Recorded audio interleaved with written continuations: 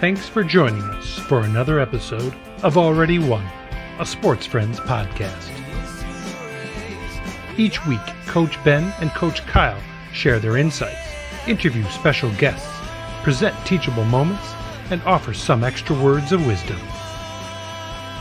The victory is ours, because we've already won.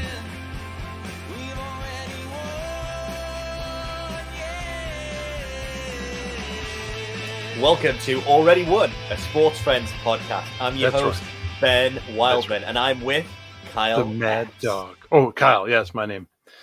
We're back. Hey, Kyle. Remember, Kyle, I've been singing it all the time, the theme tune. We already won. We already won. You gotta believe it. You gotta believe it. I've been humming it. I've been singing it. I'm sure some of our listeners have been as well, because Kyle, God has given us the victory. So whatever you do not quit.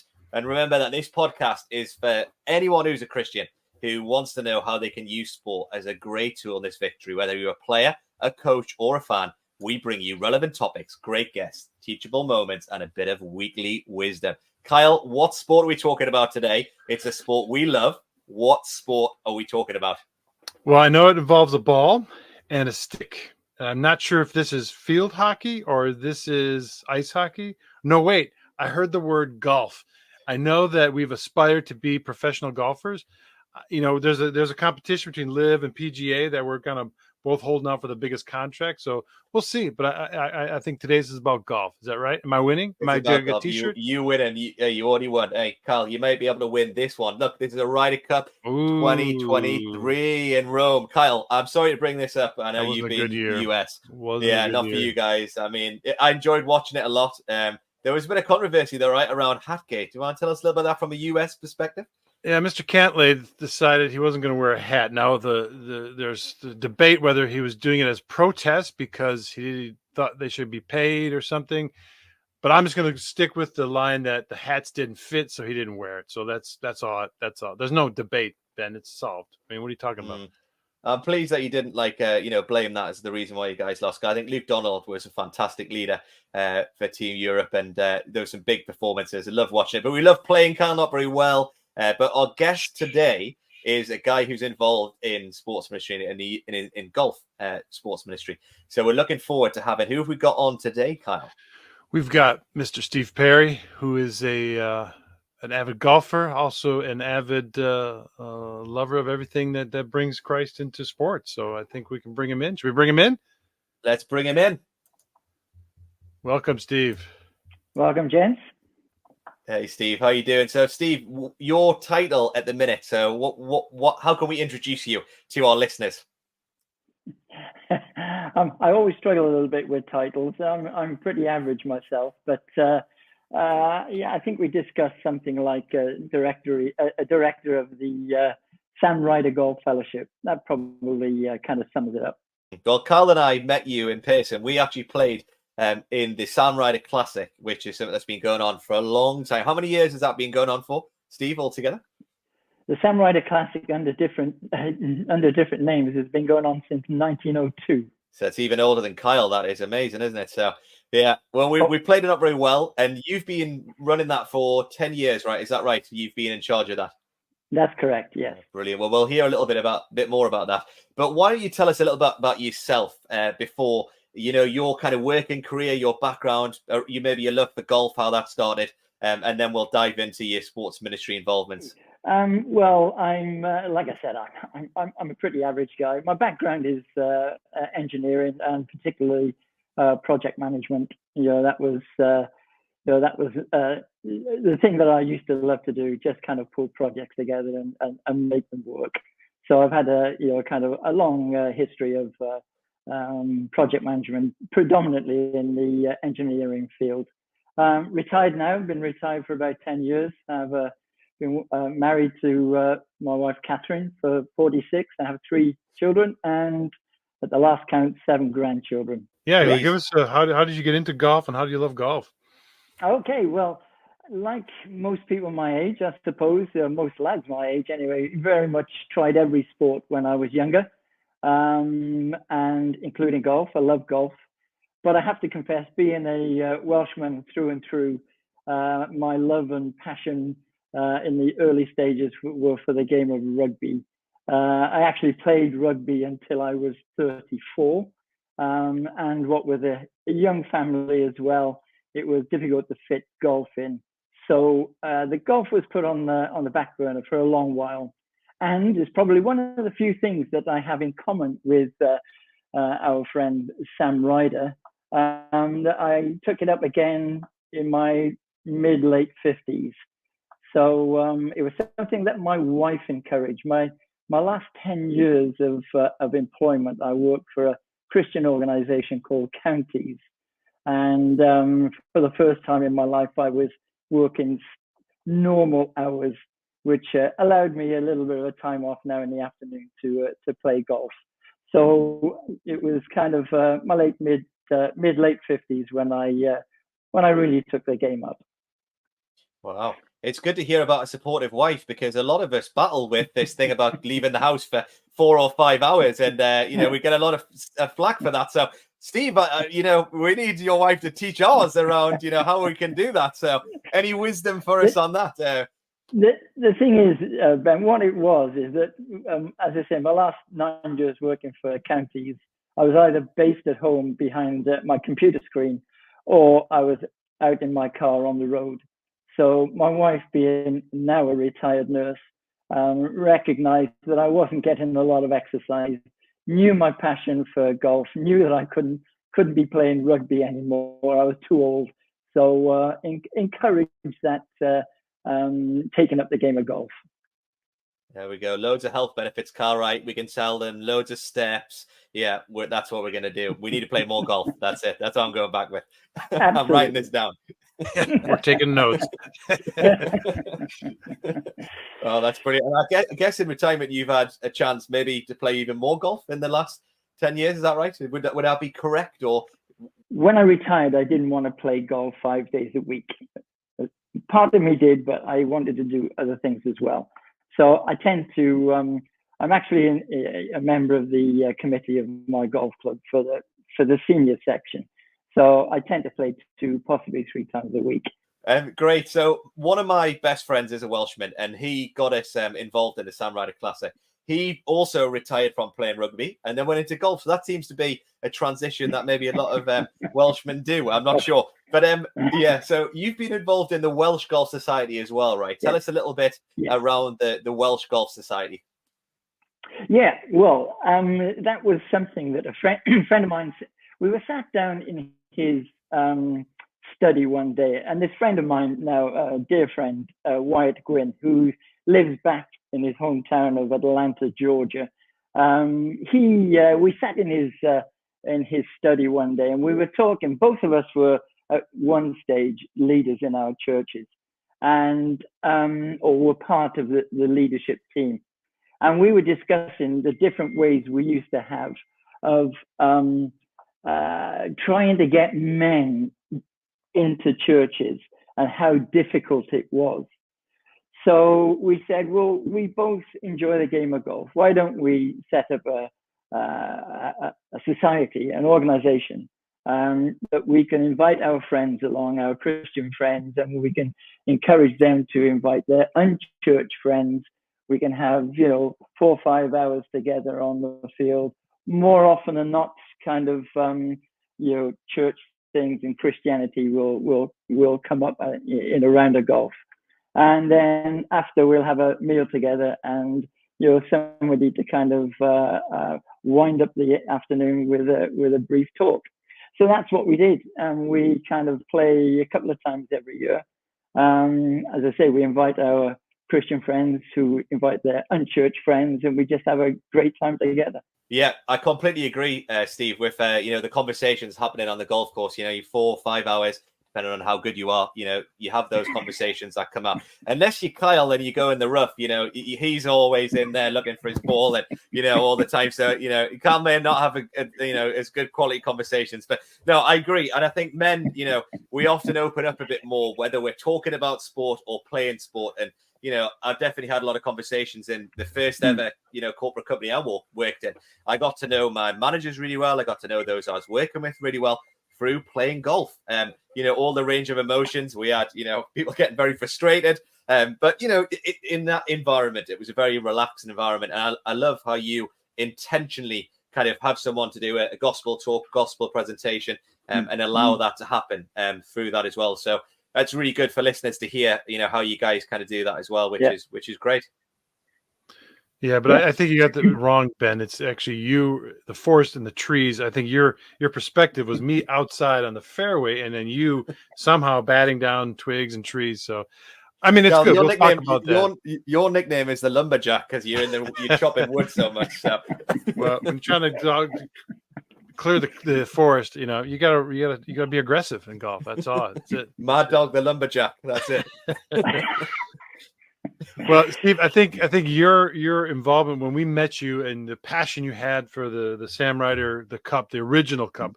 How did you come about being involved with that, and maybe give us a little history on that as well as what is the Sam Ryder, the original Sam Ryder Cup? Yeah. Okay.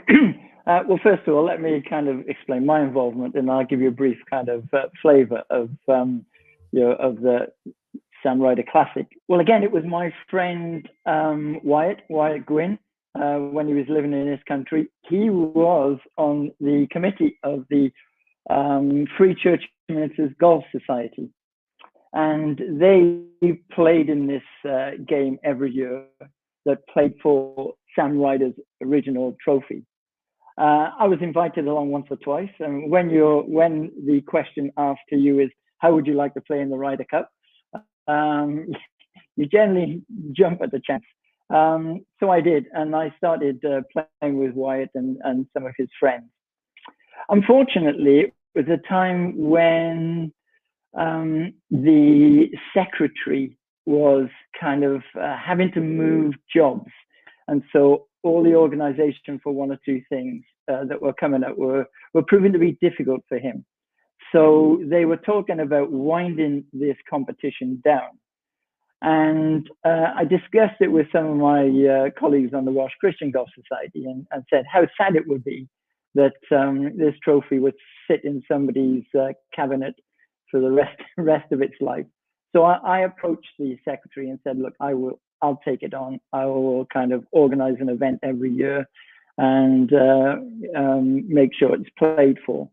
The first year, but I did say, we are going to change some of the rules around that competition. It used to be a 36-hole competition, 36-hole medal competition, but I changed that to an 18-hole Stableford with an emphasis on kind of having a good day together, networking for ministers, etc., etc. So that's how I got involved in it in a nutshell. So Sam Ryder was quite a character in a number of respects. He certainly had a heart for the marginalized. And around the turn of the century, the Church of England ministers were very much supported and helped along by the squire of the parish. For the Methodists, for the Congregationalists, the ministers in the free churches, they weren't so fortunate. They lived by faith, but not much kind of support from around. Sam Ryder decided to kind of get involved to a degree, and he initiated this competition, which lasted a weekend, which he paid for. He paid for the ministers to get to the event. He paid for the event, and it was a kind of a time where they could have some R&R and to do a bit of networking. It carried on from 1902. Obviously, during the war years, it stopped for a while, and then obviously there was 1 year of COVID. But apart from that, that the competition has been run and been won by a minister or a person in ministry ever since 1902 to the current day. I mean, that's a staggering amount of time. I mean, you mentioned before about a chance to play in the Ryder Cup. Kyle and I leapt at that opportunity. Kyle came over the pond and everything. He said, "I've got to play in the Ryder Cup," and his friends couldn't believe him because they've seen Kyle play golf. But it was incredible. So we jumped at the chance as well. But that's amazing to hear about Sam Ryder because a very generous man. And there's three things that I think, Sports Friends is founded upon. It's kind of business, sport, and faith. There's been incredible. Our founder was involved in business, and then he had a massive love for sport and was a man of faith. And those three things are very clear and evident in Sam Ryder's life.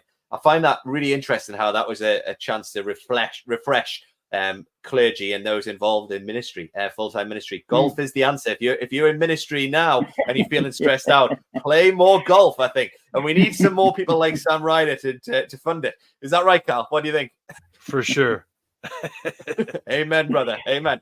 No, that's it. I mean, Steve, you've done a lot of research around Sam Ryder. I mean, a lot of people don't know about this original Ryder Cup. It was 25 years before what became, as we now know, the Ryder Cup. Do you want to tell us a little bit about that, around that history? So in continuation with Sam and how he felt, and like I said before, he very much kind of looked after the marginalized.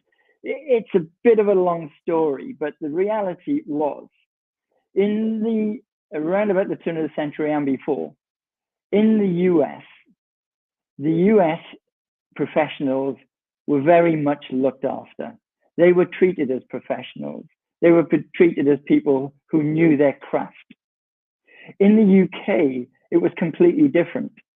The professionals were kind of looked down on, because these were the guys that would just kind of come along to a club and try and earn a bit of cash by either caddying for somebody, by giving a bit of advice, or even by taking people on in a golf match for some pounds, shillings, and pence.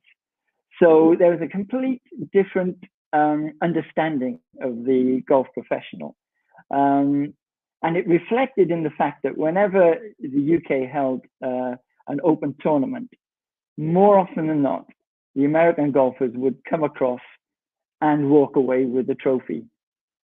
Sam Ryder was kind of a little fed up of this. And so he decided he was going to completely change how the UK treated their golf professionals. He worked very closely with a professional called Abe Mitchell.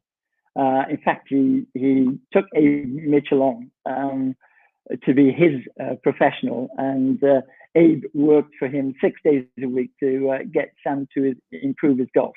Of course, the seventh day was a day of rest. But that was the start of it. He was just trying to encourage the British golfers, the British professionals, to be treated a bit more with respect.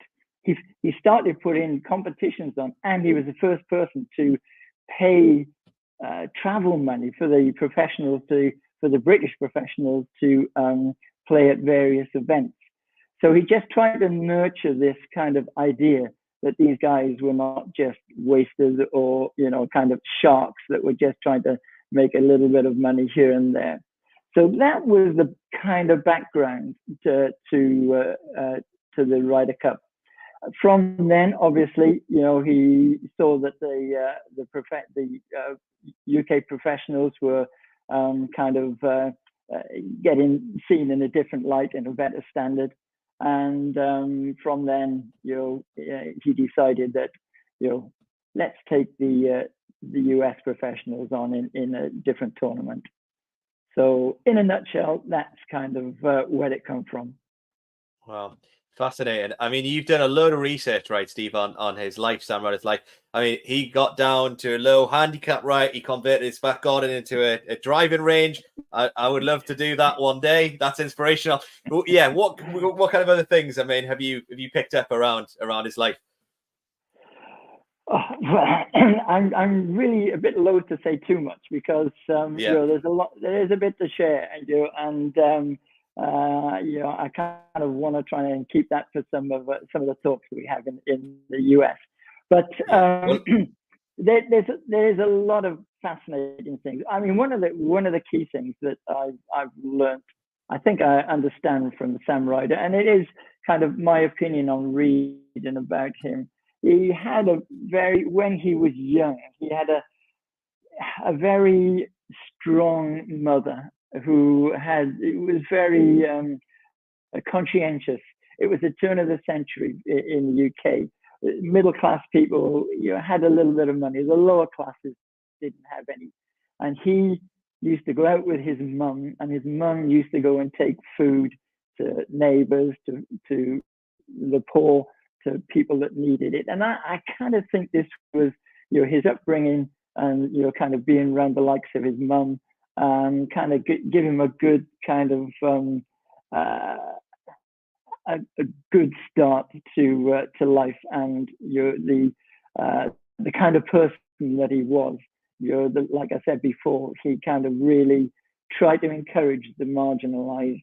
There's a number, I mean, throughout his life, he was very big with in his church with youth, to the extent around about that time of the turn, everything seemed to happen around about the turn of the century. He was very much had the ear of the PM at the time, the Prime Minister at the time, because he felt that Christian education wasn't being taught in school.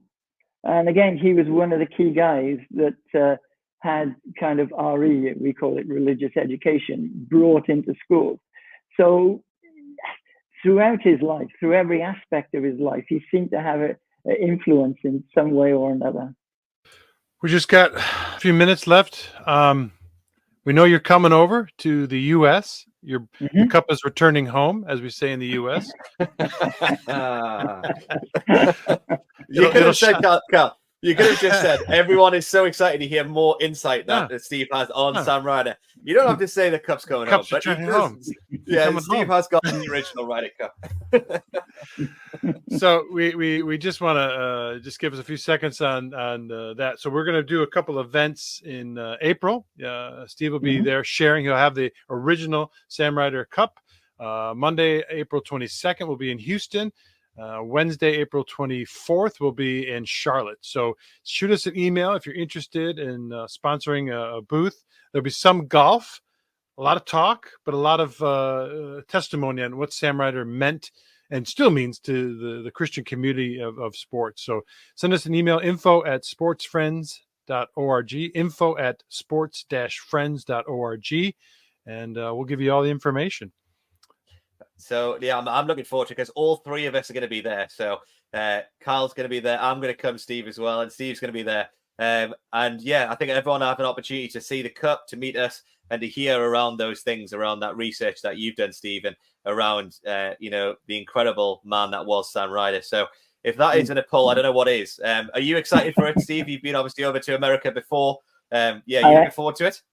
I am very much so. Like I say, it is a return for us. Back in 2012, I live only about 4 miles away from the Celtic Manor when we had the Ryder Cup here. We had a big event at my club then, and in 2012 we brought the trophy over to the States with a team of 12 from the UK. We played in Birmingham and Chattanooga and Atlanta and Chicago. So we had a great time there, and we were very well looked after by our American hosts. So I'm really looking forward to come across and sharing the trophy. I know the trophy certainly goes down wherever. If there's ever an American round somewhere close when I've got the trophy, they always want to have a photograph with it, which I'm a bit disappointed with our US guys, our UK guys. They're not quite as encouraged, but I certainly am looking forward to bringing it across. Yes. Yeah. I think like the Monday one's going to be a bit more relaxed at Top Golf in Houston, and then in Charlotte as a full dinner as well. So we're looking forward to that. So if you're in Houston area, then come along to the Monday 22nd, and if you're in North Carolina or anywhere in the US, get some internal flights there and get there, right? Because this is an opportunity not to be missed. I am also disappointed that us Brits don't treasure this as much. I don't know if it's because our history is a bit older. That's a little dig. I don't know. I don't know what it is, but I really admire, honestly, like Americans, how they really value the things like this. There's a lot of interest around this. So if you're in America, if you're in the US, then do hit us up, right, Carl? If you're on socials, then do get in touch as well. And we'd love to invite you personally to come to that and meet Steve, see the trophy, and meet the Mad Dog and Wildcat as well. That's probably the lowest rank thing, but the other stuff is worth coming to. Yeah. And it'll be great to hear the story, the history behind Sam Ryder, because everyone knows the Ryder Cup, and they believe it's someone named Sam Ryder, but they don't know the full history. So I think it'll be great when Steve comes and able to share a lot more on that and challenge people who are kind of in the similar situation where they're successful businessmen or women, and they're trying to make a name for themselves, but at the same time live out their faith. So I think it's great.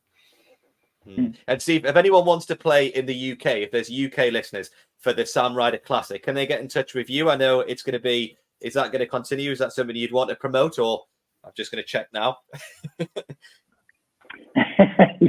Yeah, we normally play the Sam Ryder Classic on the second Tuesday in June. You can contact me, or we have a Facebook page, the Sam Ryder Golf Fellowship. You could contact me through that. Please, steveparry54@gmail.com. We'd love to have you along to our event. We've been regularly having it in around about 60 people come. We're looking to try and get to 70. So held at Cumberwell Golf Club in Bath. So we have a great day. It's a full day, but it's a good one. We took the Sam Ryder Original Trophy to meet the guy who is responsible. I'm afraid his name escapes me now because it was a few years ago. To meet the guy who is responsible for the Ryder Cup. He's based in the Belfry in the UK, and he came down to the Celtic Manor, and we had a coffee together and chatted through one or two things. And he said, which really kind of lightened my heart, because he's done a bit of study on Sam Ryder as well. He said, Steve, he said, if we had the two trophies here on that table and Sam Ryder was sat between us, he said, I think he would be more impressed with the original Sam Ryder trophy than what we're doing with the Sam Ryder Cup, which I thought was a lovely thing to say. And possibly there's an element of truth in that as well. Wow.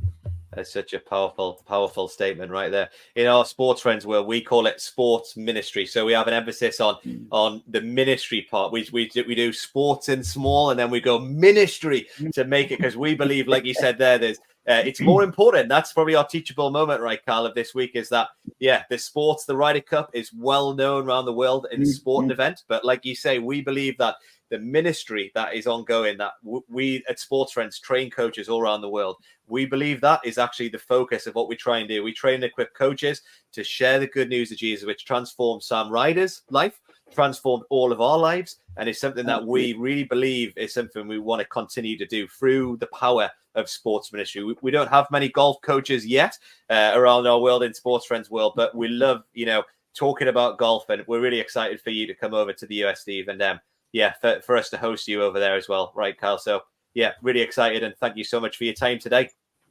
Excellent. Thanks very much indeed. Good stuff. Good to have another person from the United Kingdom, as it were. That's right. But again, the cup is coming home. We know this, people. The cup is coming home. You can't deny it. Finally, Team USA is going to bring something. See, I've been talking all these weeks about the Carabao Cup, the AFCON, the Euros. Team USA, right? You didn't even see. We forgot this. See, you didn't win it, but you invited him over. So there we go. You already won through the invitation. All right. So just don't forget, people. April 22nd, Monday in Houston. If you're in that area, if you're anywhere in Texas, give us a shout. If you're going to be in Charlotte on Wednesday, April 24th, give us a shout. These two great events will be a perfect time to hear more about Sports Friends in person, but also more about using sports in ministry, specifically the Ryder Cup. Samuel Ryder Cup, the original Ryder Cup, is coming home. It's coming home, Ben. It's coming home. It's coming home. There we go. Us Brits know all about it's coming home and saying it's coming home and then it not actually coming home. So it's all about that. So we're like you Americans, keep saying it's coming home, because then we're embarrassed by that all the time when we say it doesn't happen. So I've heard, Carl, that Texas is quite a small place, right? So it's pretty easy to get to where we are. So Yeah, I mean, I think Texas is probably the size of the whole of the UK. 5 times over.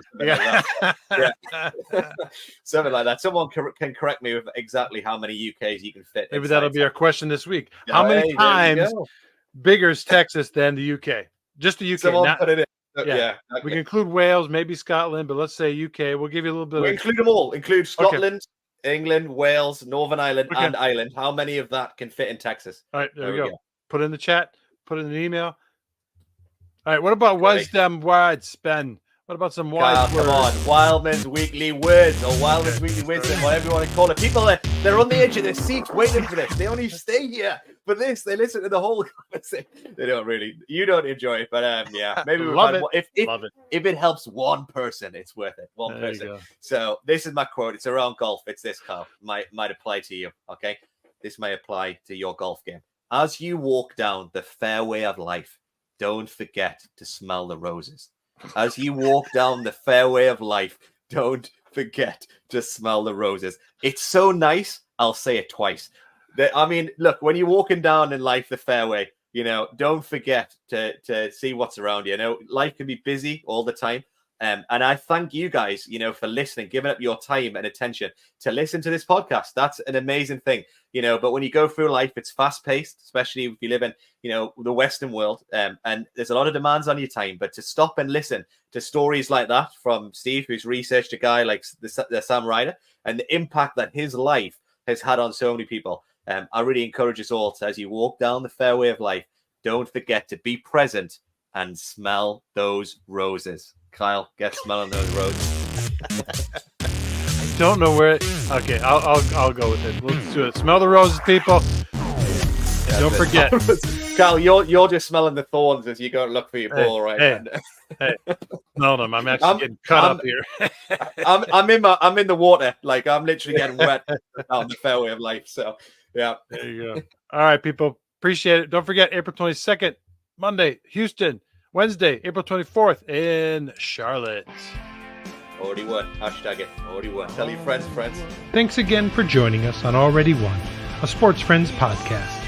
Please like, share, and subscribe on your favorite streaming platform.